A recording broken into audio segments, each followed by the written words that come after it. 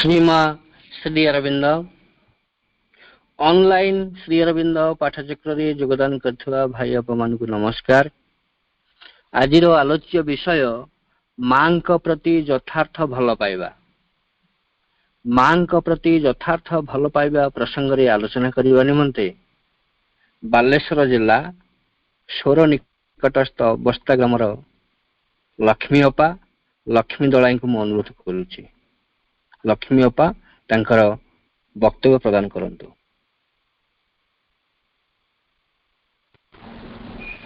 करुणामयी माँ परम प्रभु श्री अरविंद आज ऑनलाइन पाठचक्र रे जोड़ी हो जाइथिबा समस्त अपा भाई मानकु मु मोर अंतरर प्रणाम जनाउछि।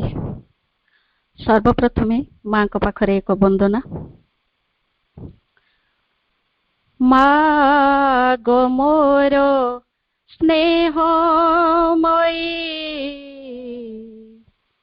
माँ गो मोर ममतामयी, माँ गो मोर स्नेहमयी,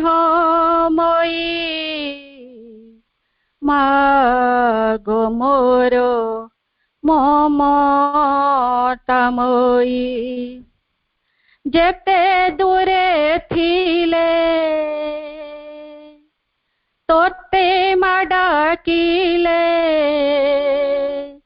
मो संतान बोली नेउ कळे। माँ गो मोर स्नेहमयी, माँ गो मोर ममतामयी। तो पाई गो माँ गुंथिछि आजी मु अति जतन रे गलार हार। जुई जाई है ना मंदार मालती, टगर गोलाप पुष्प संभार। तो पाई गो माँ गुंथिछि आजी मु अति जतन रे गलार हार। जुई जाई है ना मंदार मालती, टगर गोलाप पुष्प संभार। पिंधाई देवी माँ गोलारे तोहर, पिंधाई देवी माँ गोलारे तोहर। आशीर्वाद देबु करुणामयी, माँ गो मोर स्नेहमयी, माँ गो मोर ममतामयी। तू ही माहेश्वरी राज राजेश्वरी, मोहाकाली मोहा लक्ष्मी सरस्वती। विपद काल रे तोते सुमरिले, टोली चली जाए सबु विपत्ति। लोड़ा नहीं धन मानसन मान, लोड़ा नहीं धन मानसन मान। लोड़ा तो आशीष सपनमयी। माँ गो मोर स्नेहमयी, माँ गो मोर ममतामयी। जेते दूरे थिले तोते माँ डाकिले, जेते दूरे थिले पथे मा डाकिले मो संतान बोली नेउ कोळेई मागो मोर स्नेहमयी मागो मोर ममतामयी ममतामयी ममतामयी।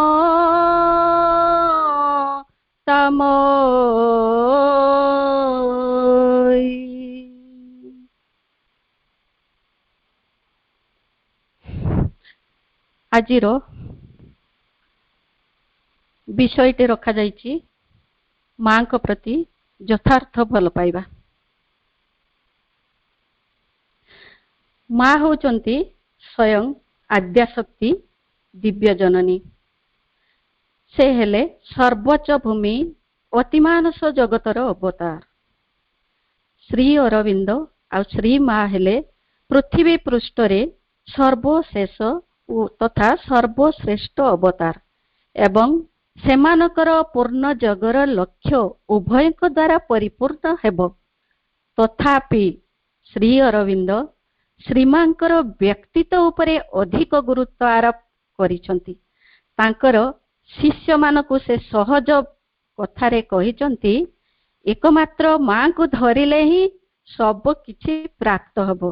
काहेकि ना से अनंत असीम अनिर्वचनीय। मां को ही भल पाइले सब किछि प्राप्त हेबो। सेइतिपाई श्री अरविंद एटा होची श्री अरविंदक जोग। एहाकु पूर्ण जोग बा रूपांतर जोग बोली कुहा जाय। मां होचंती रूपांतर कारिणी शक्ति।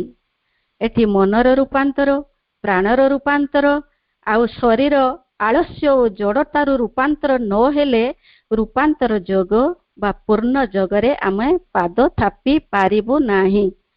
सेइथिपाई आम समस्तंकु मां को भल पाइबाकु पड़ियो। थोरे 4-5टी पिला श्री अरविंद रूम को गले आउ श्री अरविंद कौन करिसंती ना से पिला मानकु कोणेई करी चाहिचंती। तापरे प्रभु कहउचंती तुमे सब आसीगल। पिला माने कहउचंती हाँ आमे आसीगलु। प्रभु कहले तुमे आसीबो बोली मु आगरु जानिथिली आउ माँ भी मध्य जानिथिले। पिला माने आश्चर्य होचंती कहउचंती आमे तो आपण को भी कहि नथिलु कि माँ को भी कहि नथिलु। तेणु आपण माने एसबु कथा केमिति जानुचंती? जदि सबु श्री अरविंद कहले हाँ आमे सबु जानू। पिला माने कहउचंती जे आमर दुष्टामी भी तो जानुथुबे। सेउटु श्री अरविंद कहले जे पिला तो दुष्टामी हेबे सेथिरे कोन अछि। सेउटु प्रभु तळको ओल्हैचंती पिला माने मध्य तळको ओल्है आछंती। सेइति पिला माने कहउचंती आमे मांकर जोग करिवाकु चाहुछु। आउ श्री अरविंद को कहउचंती गोटे पिला कहि उठुची जे मु मांकर बही पढ़िवाकु भल पाए। सेठी श्री अरविंद कहिले उत्तम। आ गोटे पिला कहि उठुची मु मांकर बही पढ़िवाकु भल पाए। सेठी श्री अरविंद कहउचंती अति उत्तम। तृतीय पिलाटी कहउची मु केवल मां को ही भल पाए। सेठी श्री अरविंद कहउचंती एया ही होउची सर्वोत्तम। तेणु श्री अरविंद एई जोग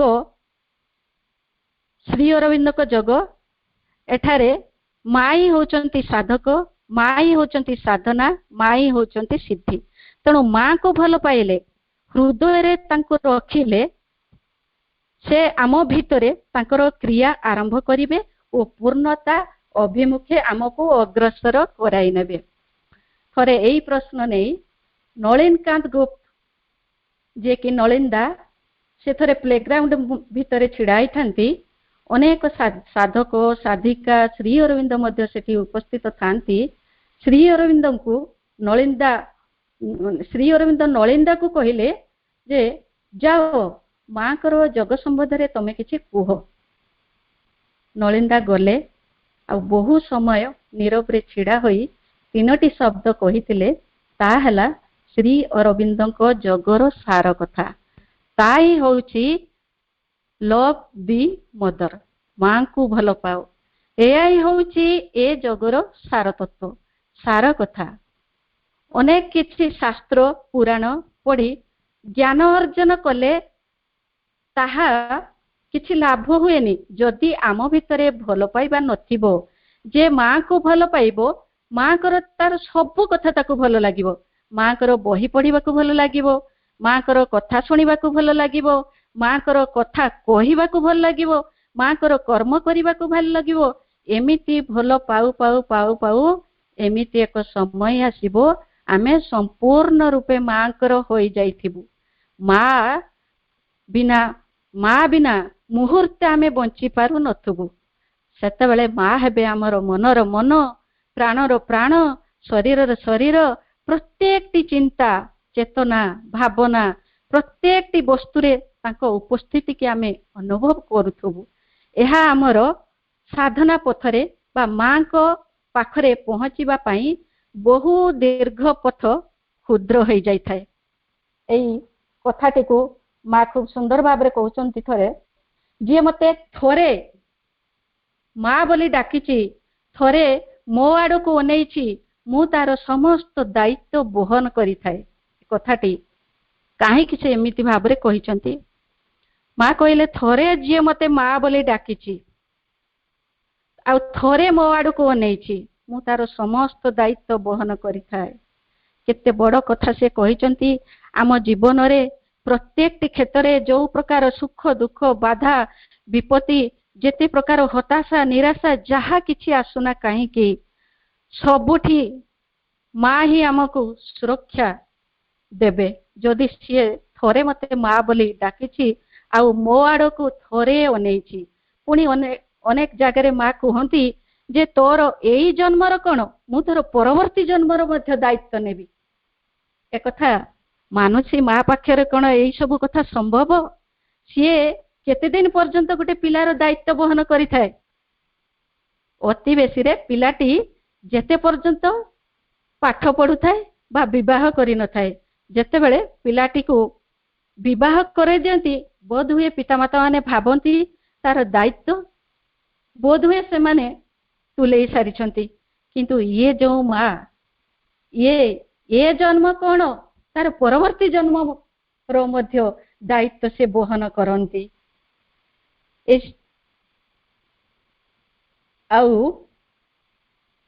एई संसार क्षेत्र रे माँ मान को मनीष बुझी पारला भली बा भाषा रे प्रकाश कला भलिया ज्ञान नाही से तो पुणी दिव्य जननी माँ तांको संतान मानकर किभली सुरक्षा दायित्व वो अज्ञान अंधकार मध्यरु उत्तरी आनती से ही केवल जानती गोटे घटना घटी से पंडिचेरी रे यह एक सत्य घटना 1925तम जन्मवार्षिक उद्यापन उपलक्षे एक सभार आयोजन होता से सभारे से समय रे प्रधान विचारपति थिले गोविंद राजन से सभारे उद्बोधन दबा पाई गोविंद राजन को कहा जाइथिला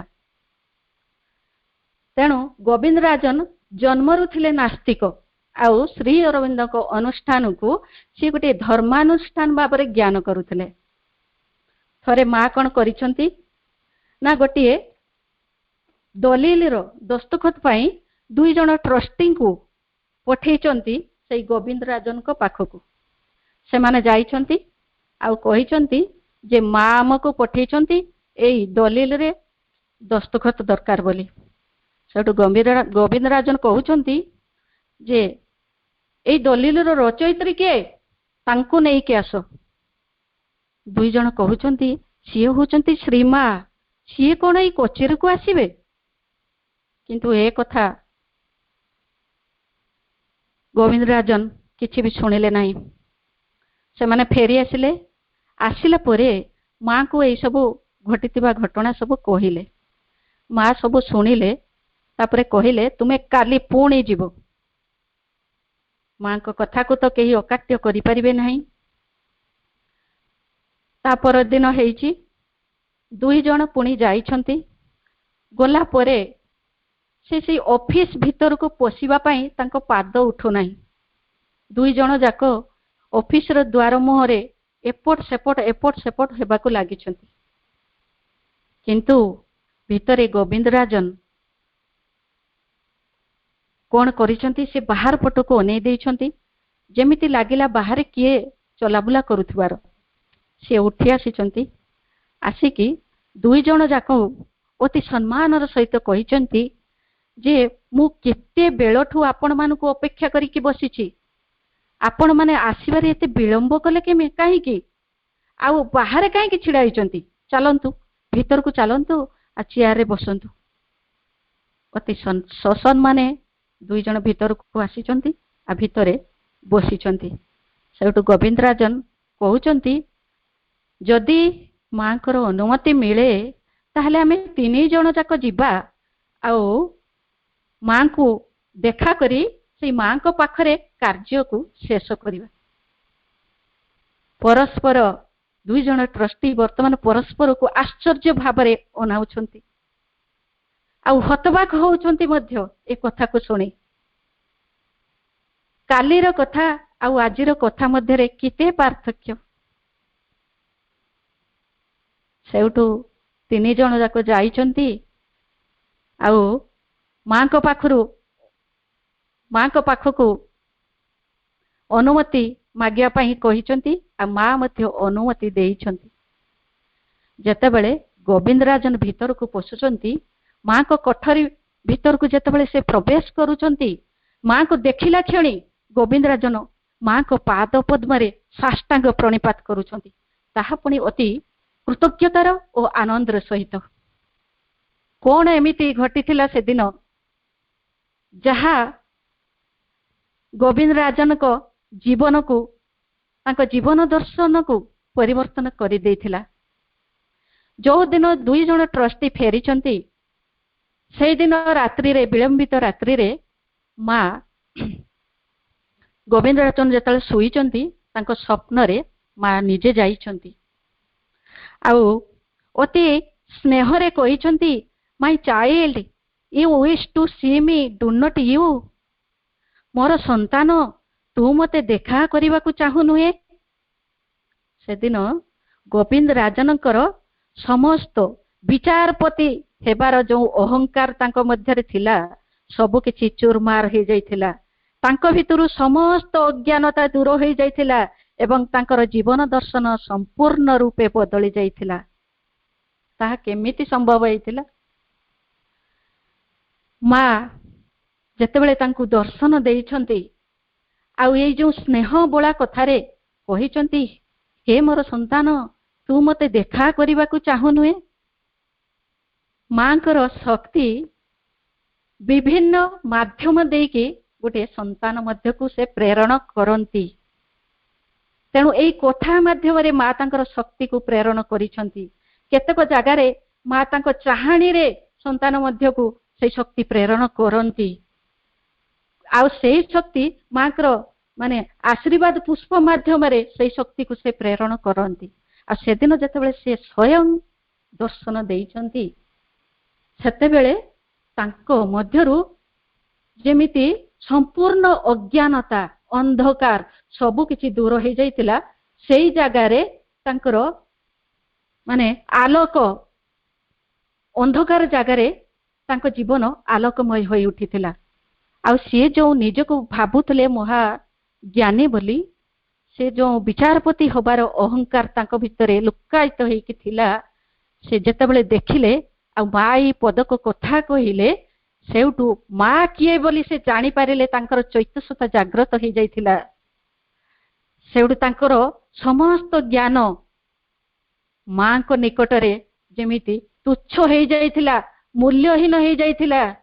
से सबू तांको पाई किछि भी नथिला।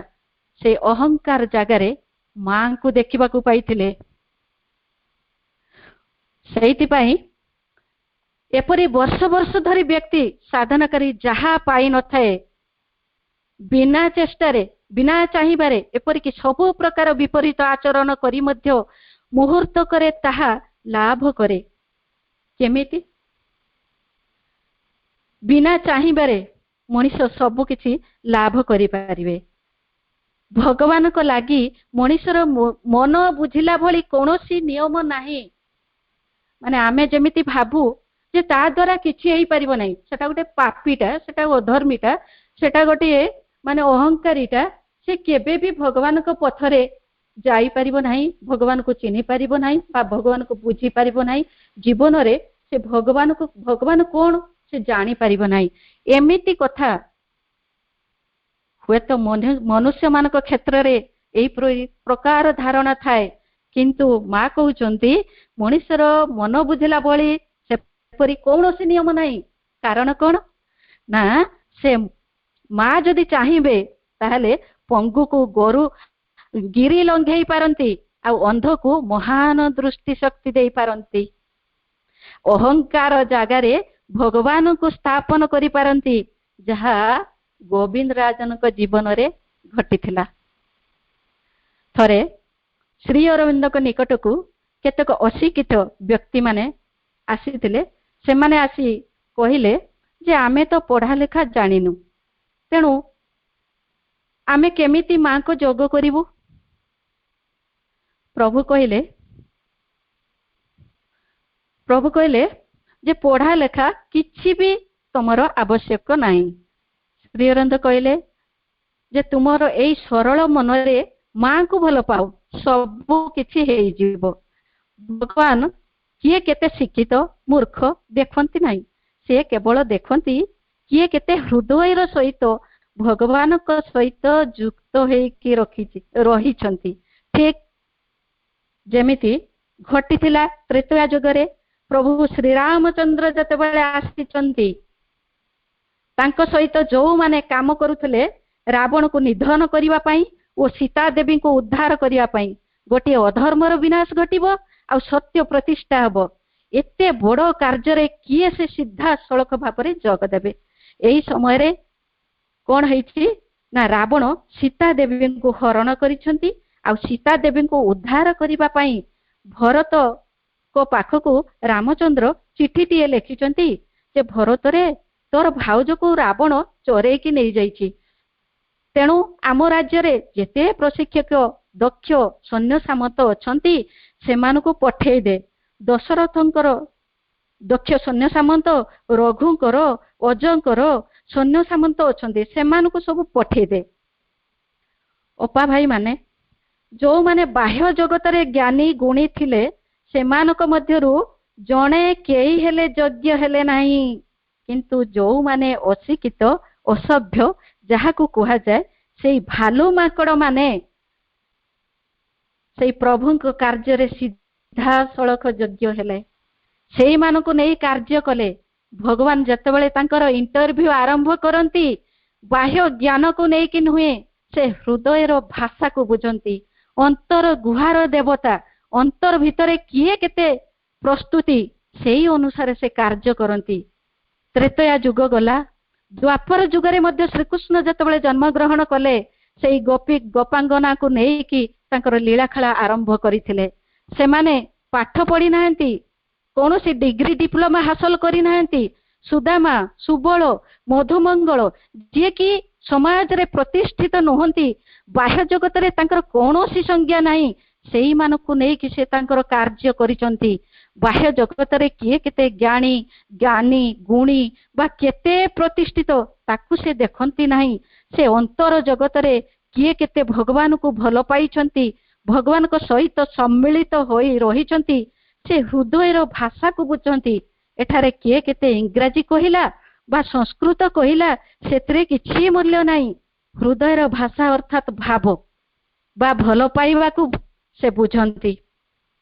ଭଗବାନ ସେଇମାନଙ୍କୁ ନିର୍ବାଚନ କରନ୍ତି। ସେ ଅନ୍ଧଟିଏ ହେଇଥାଉ, କି ଶବରୀ ଭଳି ନିଚ କୂଳରେ ହେଇଥାଉ, କି ରତ୍ନାକର ଭଳିଆ ଦସ୍ୟୁଟିଏ ହେଇଥାଉ, ତାଙ୍କ ନିକଟରେ ସମସ୍ତେ ହଉଛନ୍ତି ତାଙ୍କର ସନ୍ତାନ। ଆଉ ଏଇ କଥାକୁ ନେଇକି 1928 ମସିହା ଶ୍ରୀ ଅରବିନ୍ଦଙ୍କ ଦ୍ୱାରା ଯେଉଁ ରଚିତ ମା ପୁସ୍ତକ ଯେତେବେଳେ ପ୍ରକାଶ ହେଲା, ଆଶ୍ରମର ଅନ୍ତେବାସୀ ମାନଙ୍କ ମଧ୍ୟରେ କୌତୂହଳ ସୃଷ୍ଟି ହେଲା से श्री अरविंद को प्रश्न है जे जो माँ को विषय माँ पुस्तक रे आपण लिखिचंती सी कौन एई माँ? श्री अरविंद उत्तर देते यस। आपण माँ को जो दुईटी स्वरूप जो विश्वातीत विश्वगत विषय आलोचना करुछंती सी कौन एई माँ जहाँ को आम शोशरी रे देखुचु? श्री अरविंद उत्तर देते यस। पुनश्च तांको प्रश्न होता जी कृपा करी एई जंत्रणा कातर पृथ्वी रे अवतरण करिसंती सी कौन एई माँ? श्री अरविंद उत्तर देते यस। किंतु आमे एते निकट रे थाई मध्य प्रश्न परे प्रश्न खाली पचारि चलीछु, किंतु गछ लता पशु पक्षी देव देवी नाना स्तर सत्ता माने माँ को जेतिकी चिन्हिचंती जेमिति कि अरभिल बरगछ टीए तांको काटिवा पाई आसुतला बेले सी जाई माँ को प्रार्थना करिसंती। माँ तांको टाक सुनिसंती कारण से चिन्हिथिले माँ ही केवल रक्षा करिवे बोली। फूल माने परिबा माने माँ को हाथ रे तोला हेबा को ओळी करूथले। काहेकि ओळी करूथले ना सेमाने भी जानिसंती फूल माने परिबा माने जे माँ होचंती जे कि माने जे कि जहाँ को दिव्य जननी परमेश्वर बोली कहउचंती जे होचंती सचित आनंद सचितानंद से माने चिन्हि थिले, किंतु मनीष माने ठीक भाव रे चिन्हि पारु नांती। से माने चिन्हि थिले जे जेतेबेले भगवान कर स्पर्श आमो देहरे लागिबो आमर जीवन धन्य होई जिवो। सेहिथि पई से माने माँ को पाखरे जाई के ओळे करूथले जे आमे तमरी हाथ रे तोळा हेबाकू चाहू। माँ मध्य तांको डाक मध्य सुनी थिले। आउ सेतेबेले जो गोखर साप सीए मध्य माँ को चिन्हि पकेइथिला। आ माँ कर आखि सहित जेतेबेले मिसिछि गोखर साप कौन करिछि ना सीधा तांको मुह फणा को तळ को नुहाई देइथिला। माँ को पाखे गोटे सुंदरी बिलेई मध्य सीए भी योग साधना करुथला। आ माँ टिकिए स्मरण कले गणेश उपस्थित हेउथिले, शिव दुर्गा माँ को पाखे पाखे निरंतर रहुथिले। आ केते मुनि ऋषि देव देवी सूक्ष्म स्तर रे माँ को दर्शन करुथिले। थरे समूह भाव रे देवता माने आसी माँ को प्रार्थना कले जे पृथ्वी रे माँ को कार्य करिबाकू। माँ श्री अरविंद को सबु कथा कहिले एवं देवता मान को कहिले तुमे सबु मनीष होई आस, किंतु हाय आमे सबु मनीष होईछि सत किंतु से सबु बुझुना कि बुझिबा पई आम पाखरे धैर्य काहे ना समय काहे। एमिति एक घटना घटिथिला। एटा अविस्मरणीय मुहूर्त रे बही रे एक कथा प्रीतिदास गुप्त खूब सुंदर भाव रे कहानीटीए। प्रीतिदास गुप्त अन्य साधक माने राति 8टा रे अपेक्षा करुतले फूल देई प्रणाम करिवा पई, किंतु सेदिन राति 10टा बाजी जाइछि। माँ तांको रूम रु बाहरी नाहंती। सेही समय रे जने साधिका अपेक्षा करि न पारी फूल थालीटी रखी देई माँ आसिले देई देव कही पळेई जाइछंती। तापरे माँ बाहरिचंती आ पचारिचंती ए थाली कहार, किए आकु छाड़ी पळेई जाइछंती? तुमे माने मुहूर्ते मुहूर्ते मो पई अपेक्षा करि पारलो नाही? तुमे कोन जान जे देव देवी माने मोर टिके दर्शन टिके झलक पाई से माने निजको केते धन्य मने करंती। आ मुनि ऋषि माने मते टिके दर्शन पाई जुग जुग धरी से माने अपेक्षा करिसंती। मो तुम मानक सहित सबु बेले साथीटीए बा बंधुटीए भली रहिछि तो तेणु तुमे माने जानिबो केमिति? सेउटु प्रीतिदास गुप्त कौन करिसंती ना माँ को भूल मागिछंती आ क्षमा करदबा पई कहिछंती मध्य, किंतु माँ कौन करिसंती ना प्रीति को तांको कोल को टाणी आनिछंती आ कहिछंती खूब स्नेह रे से कहउछंती जे मु जे तुमरी माँ।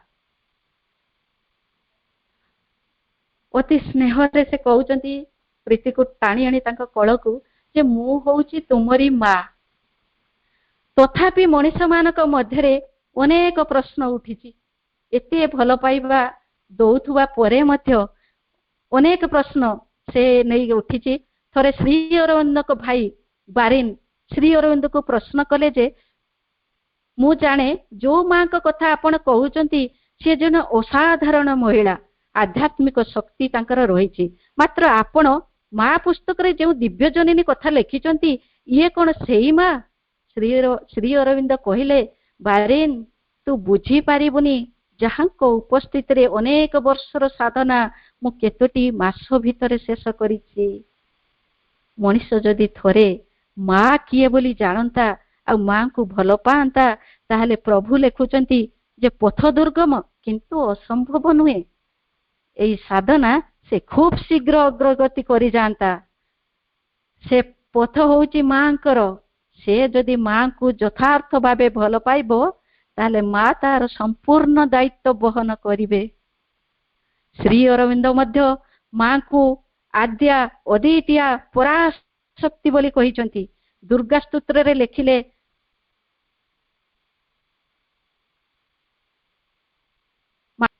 ପ୍ରଭୁ ଯେତେବେଳେ ମାଙ୍କର ସେଇ 6ଠ ଅଧ୍ୟାୟ ଲେଖୁଛନ୍ତି, ମା ହାତ ଧରି ପକାଉଛନ୍ତି ଯେ ମଣିଷ ଗ୍ରହଣ କଲା ଯେ କାରଣ ମଣିଷ ଗ୍ରହଣ କଲା ଭଳିଆ ପ୍ରସ୍ତୁତି ଆସିନାହିଁ, ବନ୍ଦ କରନ୍ତୁ। ସେଇଠୁ ତାଙ୍କର ଲେଖା ବନ୍ଦ ହେଇଛି। କେତେ ଲେଖିଲେ କେତେ ଚିହ୍ନେଇଲେ ମଣିଷ ବୁଝିବ? ତଥାପି ମଣିଷ ମାନଙ୍କୁ ମା ତାଙ୍କର ଭଲ ପାଇବା ଦେଇ ଚାଲିଛନ୍ତି। ଯିଏ ଯାହା କହିଛି ମାଗିଛି ସବୁ ପାଇଛି। ଥରେ ଅମଲ କିରଣ ଅତିମାନସର ଅଭିବ୍ୟକ୍ତ ସମ୍ବନ୍ଧରେ ମା ଯେତେବେଳେ କହୁଥିଲେ, ଅମଲ କିରଣ କହିଛନ୍ତି, ମା ମତେ ସେଇ ଅତିମାନସର ଅଭିବ୍ୟକ୍ତକୁ ଦେଖେଇ ଦେଇ ପାରିବେ? ମା ତାଙ୍କୁ କହିଥିଲେ ହଁ ବୋଲି। ଆଉ ଅମଲ କିରଣ ରେଳ ଡବା ମଧ୍ୟରେ ଯାଉଥିଲା ବେଳେ ମା କଣ କରିଛନ୍ତି ନା, ସେଇଦିନ ଅତିମାନସ ଅଭିବ୍ୟକ୍ତ ହେଇଛି। ମା ସିଧାସଳଖ ଭାବରେ ଅମଲ କିରଣକୁ ସେଇ ଅତିମାନସର ଦୃଶ୍ୟକୁ ଦେଖେଇଛନ୍ତି। ସେସବୁ ଦୃଶ୍ୟ ଦେଖି ସାରିଲା ପରେ ଅମଲ କିରଣ କିଛି ବୁଝିପାରୁନାହାନ୍ତି। ତାପରେ ଘରେ ପହଞ୍ଚି ମାଙ୍କ ପାଖକୁ ସେ ଚିଠିଟିଏ ଲେଖିଛନ୍ତି। ଚିଠିର ଉତ୍ତର ମଧ୍ୟ ମା ଦେଉନାହାନ୍ତି। କିନ୍ତୁ ଆଶ୍ରମକୁ ଯେତେବେଳେ ସେ ଫେରିଛନ୍ତି, ଫେରିଲା ପରେ ମାଙ୍କ ପାଖରେ ସେ ଘଟି ଯାଇଥିବା ସମସ୍ତ ଘଟଣାକୁ କହିଛନ୍ତି। ସେଇଠୁ ମା କହିଛନ୍ତି, ତୋର ମନେ ଥିବ କି ନଥିବ, କିନ୍ତୁ 1938 ମସିହାରେ ତୁ ମତେ କହିଥିଲୁ ଅତିମାନସ ଅଭିବ୍ୟକ୍ତ ହବାର ଦୃଶ୍ୟ ଦେଖେଇଦେବା ପାଇଁ। ଆଉ ସେଦିନ ମୁଁ ମୋର ପ୍ରତିଶ୍ରୁତି ପୂରଣ କରିବା ପାଇଁ ମୁଁ ତୋ ନିକଟକୁ ଯାଇଥିଲି। ମାତ୍ର ସମଗ୍ର ପୃଥିବୀରେ 5 ଜଣ ବ୍ୟକ୍ତି ସେ ଦୃଶ୍ୟକୁ ଦେଖିବାକୁ ପାଇଥିଲେ, ଆଉ ବାହାରୁ ତମେ ହଉଛ ଜଣେ। ସେଦିନ ଅମଲ କିରଣ ଏ କଥା ଶୁଣିଲା ପରେ ମାନେ ସିଧା ସେ ମାଙ୍କ ପାଦ ତଳେ ପଡ଼ିଛନ୍ତି ଆଉ କହିଛନ୍ତି, ହେ ଭଗବାନ, ଏ ଅକିଞ୍ଚନ ପାଇଁ ଭଗବାନଙ୍କର କି ଅପାର କରୁଣା ଆଉ ଭଲ ପାଇବା। ମାନେ ମା ଦେଖନ୍ତୁ ଏମିତି ଏକ ମାନେ ଅତିମାନସ ଅଭିବ୍ୟକ୍ତ ହବାର ଦୃଶ୍ୟକୁ ବି ମା ଦେଖେଇ ଦେଇ ପାରନ୍ତି। ମା କଣ ନ କରି ପାରନ୍ତି ଏଇ ସନ୍ତାନ ମାନଙ୍କ ପାଇଁ। ଯିଏ ଯାହା ଚାହେଁ ଏମିତିକି ଅତିମାନସ ଅଭିବ୍ୟକ୍ତ ହେବାର ଦୃଶ୍ୟ ଦେଖେଇଛନ୍ତି। ମାଙ୍କୁ ଯିଏ ଭଲ ପାଏ ମାଙ୍କର କୃପାରେ ନିଜର ଭାଗ୍ୟ, ବିଧାତା, ବିଧାନ, ନିୟତି, ନିୟମ ସବୁ କିଛିକୁ ଅତିକ୍ରମ କରି ନିଜର ସର୍ବୋତ୍ତମ ଦିବ୍ୟ ଶିଖରରେ ସେ ଉପନୀତ କରିପାରିବେ। ମାଙ୍କ ଉକ୍ତିରେ ସମସ୍ତେ ମୋର ସନ୍ତାନ, ସମସ୍ତେ ମୋର ସନ୍ତାନ, ଏ କଥାକୁ ସବୁବେଳେ ମା କୁହନ୍ତି। ଥରେ ଟେନିସ୍ ଖେଳ ସାରି ମା ପ୍ଲେଗ୍ରାଉଣ୍ଡକୁ ଆସୁଥାନ୍ତି, ସେତେବେଳେ ଥାନ୍ତି ଚାରୁଚନ୍ଦ୍ର ଭଟ୍ଟାଚାର୍ଯ୍ୟ। ଛୋଟ ପିଲାମାନଙ୍କୁ ନେଇକି ସେ ଆସିଥାନ୍ତି। ପିଲାମାନେ ପିନ୍ଧିଥାନ୍ତି ମଇଳା ପ୍ୟାଣ୍ଟ ସାର୍ଟ, ପ୍ୟାଣ୍ଟ ଓ ସାର୍ଟ, ମଇଳା ପ୍ୟାଣ୍ଟ ସାର୍ଟକୁ ସେ ପିନ୍ଧିକି ଆସିଥାନ୍ତି। ମା ସେମାନଙ୍କୁ ଦେଖି ତାଙ୍କ ପାଖକୁ ଯାଇ ଅତି ସ୍ନେହରେ ଟଫି ଦେଲେ। ଏଇ ମଇଳା ପ୍ୟାଣ୍ଟ ସାର୍ଟକୁ ଦେଖି ପ୍ରୀତିଙ୍କ ମନରେ ଘୃଣାଭାବ ଆସିଲା। ମା ତାଙ୍କ ରୁମ୍ ଭିତରକୁ ଯିବା ସମୟରେ प्रीति कौन करिसंती ना माँ को पछे पछे चली। माँ पछकु चाही अटकी गले एवं कहिले तुम्हें भूली जाओ ना जे सेमाने भी मोर संतान, मो मध्य सेमानकर माँ। केते भलो पाइबा थिला प्रत्येक संतान मानक पई। माँ केबे काहारी को माने बाहर देखंती नहीं, देखंती भीतरु तार भाव को ही माँ देखंती। थरे माँ को पाखकु गोटे छोटिया झियो से माँ को पाखकु आसीचंती। तांकर नाम थिला लुसी। तांको हातरे थिला गोटे सुंदर अतर शिशी, ता होची प्यारिस अतर। एई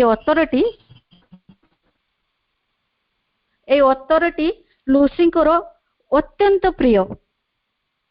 से माँ को रूम को पशिला मात्रे माँ को कहिले जे माँ कहिले तांको सुप्रभात लुसी। लुसी मध्य कहिला सुप्रभात मधुमयी माँ। से संगे संगे कौन कले ना लुसी माँ को हाथ को से अतर शिशीटा को बढ़ाई देले। माँ से अतर शिशीटा को नेले धरी लुसी को अनेक फूल देले। जने छोटिया झियो माँ को तार सबुठारु प्रिय जिनिसटिए देइछि। या हला माँ को प्रति यथार्थ भल पाइबा। मने पड़े सुदामा को कथा। जेतेबेले सुदामा राजसभा को सुदामा जाउथले, बाल्य सखा को देखि देबा को चादर रे तांकर खुद भजा बंधा होइथिला। राजवेशरे श्रीकृष्ण को देखि से खुद भजा देबा को दिग्धाबोध करुथांती, किंतु श्रीकृष्ण निजे सुदामा ठारू खुद भजा मागी नेले। आ राज सिंहासन रे बसी परम तृप्ति से खुद भजा को खाइबा को लागिले। भगवान देखंती नहीं किए उच्च किए नीच, किए धनी किए गरीब, किए मूर्ख आ किए पंडित। देखंती केवल किए को भली मनोभाव रे तांको निकट को आसीचंती। कारण से होचंती भावग्राही। भाव रे से बंधा पड़ंती भक्तंक निकट रे।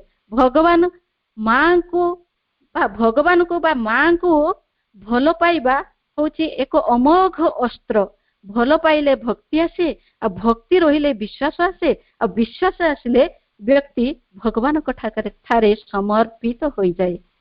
जने आमर ओडिसा रो जने माने भद्र महिला जाइथिले पंडिचेरी।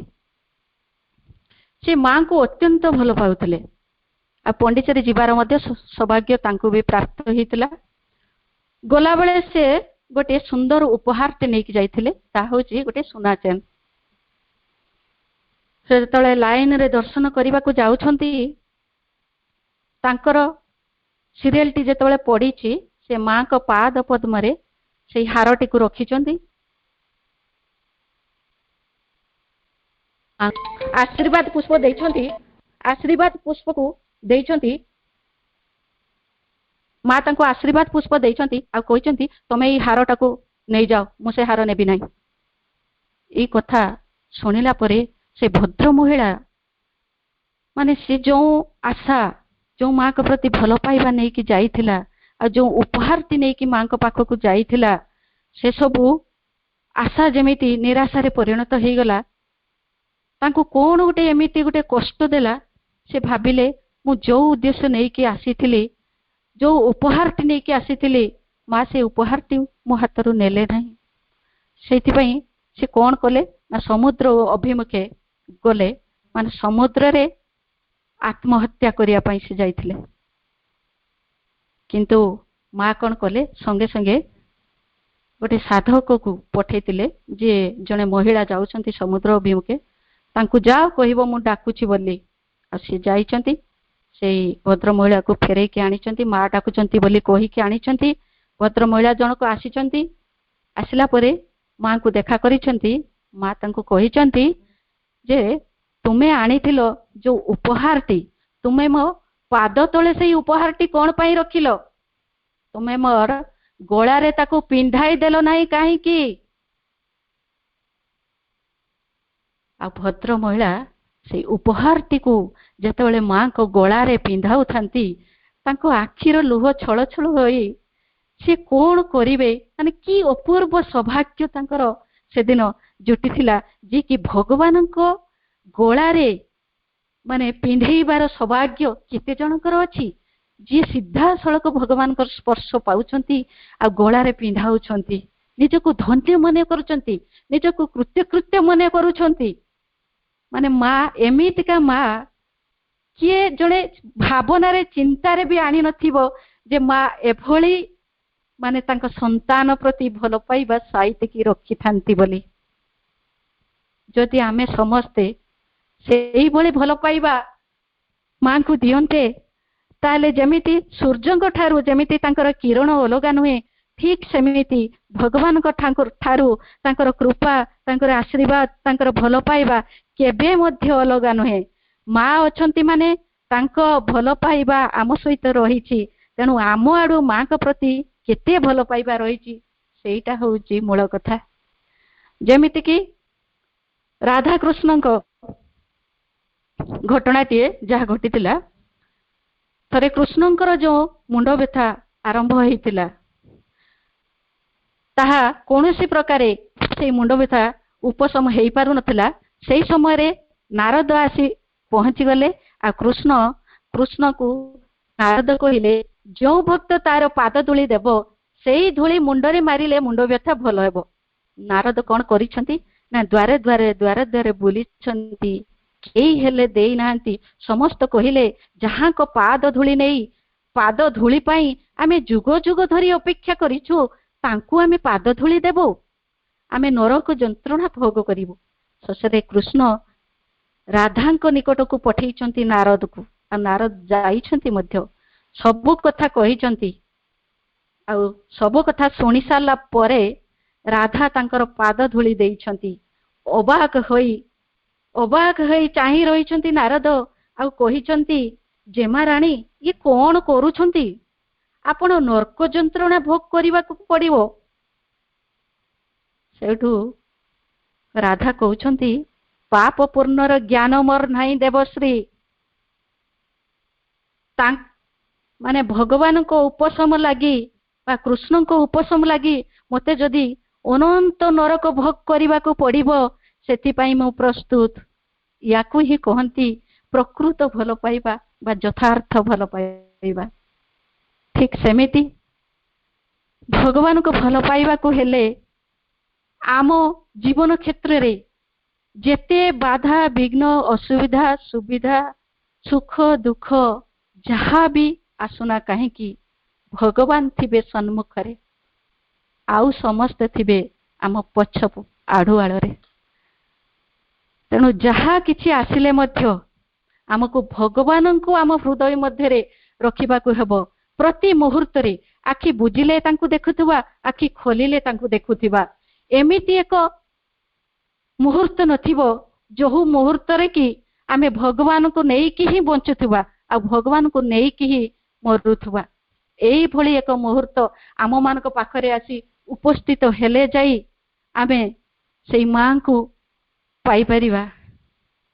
ତେଣୁ ସୁନ୍ଦର କଥାଟିଏ ମାନେ ଗୀତଟିଏ ଅଛି, ମା ପରି ଆଉ କିଏ ରେ, ମା ପରା ସିଏ ଜଗତ ଜନନୀ, ସ୍ନେହ ପ୍ରଦାୟିନୀ ପ୍ରେମ ମନ୍ଦାକିନୀ, ମନୁ ଯାଏ ନାହିଁ ସେ ମଧୁର ବାଣୀ, ମମତାରେ ଭରା ସେ ମିଠା ଚାହାଣୀ।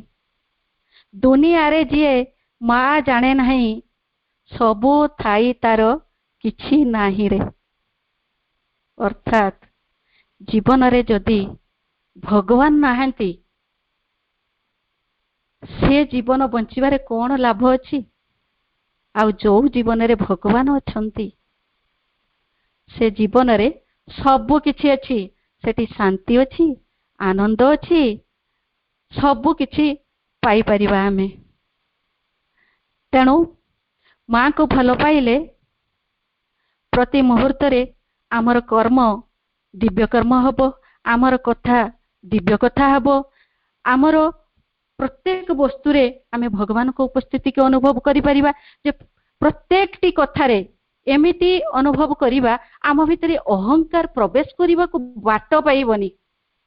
आउ जणे जेतेबेले अहंकार शून्य हबो ता भितरे आध्यात्मिकता बा ता भितरे दिव्यता पूर्ण भाव प्रवेश करिवो।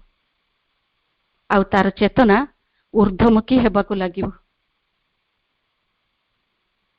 तेणु भाई भौणी माने आमे समस्ते माँ को भल पाइबा। माँ ही आमर लक्ष्य, माँ ही आम जीवनर सर्वस्व। तेणु माँ को भल पाइले आम सब किछि पाई परिबा। आउ आजिर एई पाठचक्र को से माँ को पाद पद्म रे समर्पित करी मो आलोचना को एठी रखुछि। वंदे मातरम। वर्तमान गोटे मिनिट माँ का नाम जप करने सहित आज पाठचक्र को समाप्त करवा। माँ माँ माँ माँ माँ माँ माँ माँ माँ माँ माँ माँ माँ माँ